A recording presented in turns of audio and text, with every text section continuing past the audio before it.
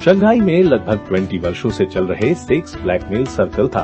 चीनी अधिकारियों ने इसे छुपाया क्योंकि वे इसमें थे, और अब चीनी सेंसरशिप किसी को भी इसके बारे में बात नहीं करने देगी।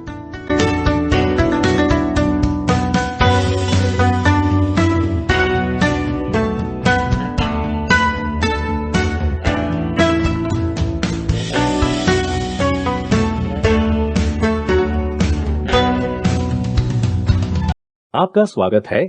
मैं क्रिस चैपल हूँ। यह एपिसोड सुरक्षाक द्वारा प्रायोजित है। जब भी आप ऑनलाइन हो, आपको अपनी सुरक्षा के लिए सुरक्षाक जैसे VPN का उपयोग करना चाहिए। शंघाई चीन का सबसे विकसित और समृद्ध महानगर।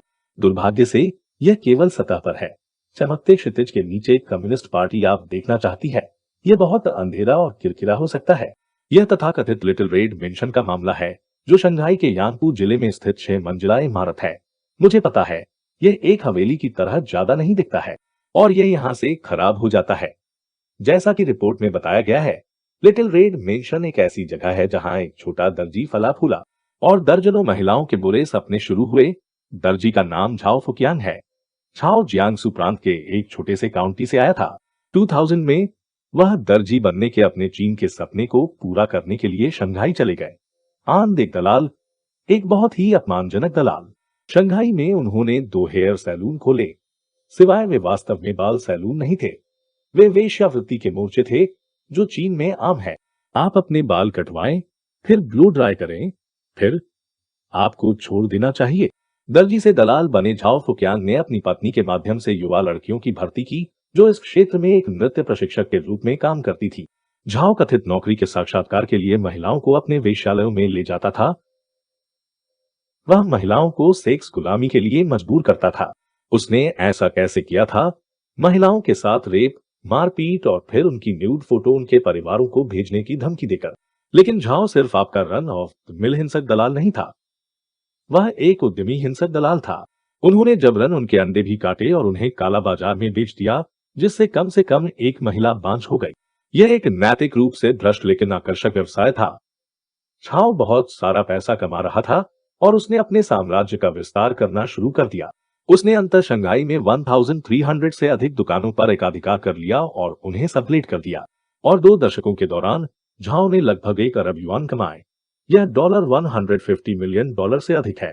2014 तक झाओ ने हाई एंड 6 मंजिला इमारत किराए पर ली थी, जिसे लिटिल रेड मेंशन के नाम से जाना जाने लगा। चाइना बिजनेस जर्नल ने हमें इस बारे में गहराई से जानकारी दी कि लिटिल रेड मेंशन अंदर से कैसा दिखता था। हाउस हंटर्स इंटरनेशनल के इस एपिसोड में फैंसी या सिर्फ गार्निश, आप ही फैसला करें। लेकिन उन 4 बिस्तरों के साथ क्या है? अब तक की सबसे खराब स्लीपर पार्टी, खासकर महिलाओं के लिए। अब झाओ की छोटी लाल हवेली स्थानीय सरकारी कार्यालय के बगल में स्थित थी। सोच सकते हैं झाओ अधिकारियों द्वारा कैसे नहीं पकड़ा गया? ठीक है, ऐसा इसलिए है क्योंकि अधिकारी उसके सबसे अच्छे ग्राहक थे। अधिकारियों को विशेष सदस्यता पास भी मिला, विशेष रूप से लू यान, एक स्थानीय पार्टी अधिकारी जो यांगपू जिला राजनीतिक और कानूनी समिति के सचिव थे, और यांगपू जिले के पीपुल्स कोर्ट के अध्यक्ष रेन योंगफेई झाओ फुकियांग के लिए सुरक्षात्मक छतरियां थे। झाओ सभी स्तरों के सरकारी अधिकारियों को द लिटिल रेड मेंशन में ग्राहक बनने के लिए आमंत्रित करेगा। वह वेश्याओं के साथ उनका वीडियो बनाकर ब्लैकमेल के रूप में इस्तेमाल करता था। आप सभी चीनी सरकारी अधिकारियों के लिए प्रो टिप चीन को बिना सेंसर किए देख रहे हैं। यदि कोई आपको वेश्याओं को उनके स्वामित्व वाली जगह पर प्रदान करता है, तो यह सच होने के लिए बहुत अच्छी कीमत पर है। ऐसा न करें तो ब्लैकमेल समझा सकता है कि क्यों। जब पीड़ित झाओ महिलाएं पुलिस के पास जाएंगी, तो पुलिस ने उन्हें घर जाने के लिए कहा। तो झाओ फुकियांग चीन के सपने को जी रहा था। छोटा व्यवसाय शुरू करें, टन पैसा बनाओ, और उन सभी लोगों के बारे में चिंता न करें जिन्हें आप अपने रास्ते में गाली देते हैं। लेकिन अंत में ज्वार झाओ के खिलाफ हो गया। ब्रेक के बाद और अधिक।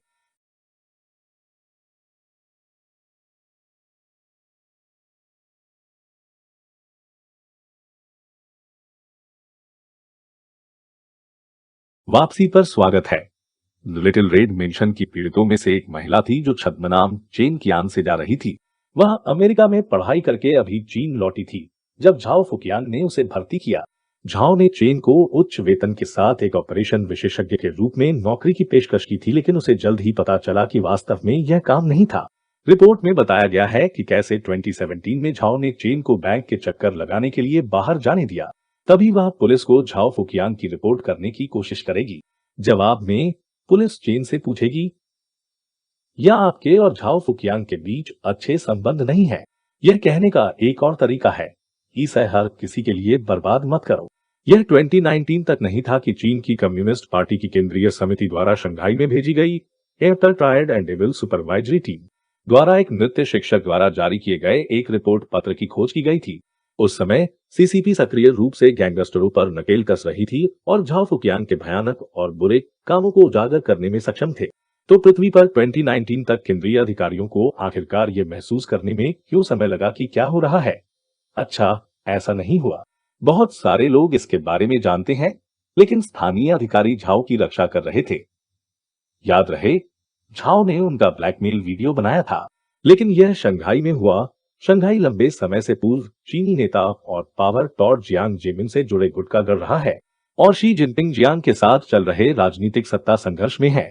तो यह समझ में आता है कि जैसे जैसे शी जिनपिंग अधिक से अधिक शक्ति प्राप्त करते हैं, वह इसका उपयोग अपने राजनीतिक दुश्मनों को लक्षित करने के लिए कर रहे हैं। शंघाई में पार्टी के अधिकारी जियांग जेमिन से बंधे हैं, और जब आप इसके बारे में राज्य द्वारा संचालित मीडिया में नहीं पढ़ेंगे, तो मेरा अनुमान है कि झाओ को हटाना और सभी अधिकारियों को जिन्हें उन्होंने ब्लैकमेल किया था शी जिनपिंग से उनके तथाकथित भ्रष्टाचार विरोधी अभियान का उपयोग करके लक्षित करने के लिए जुड़ा हुआ है।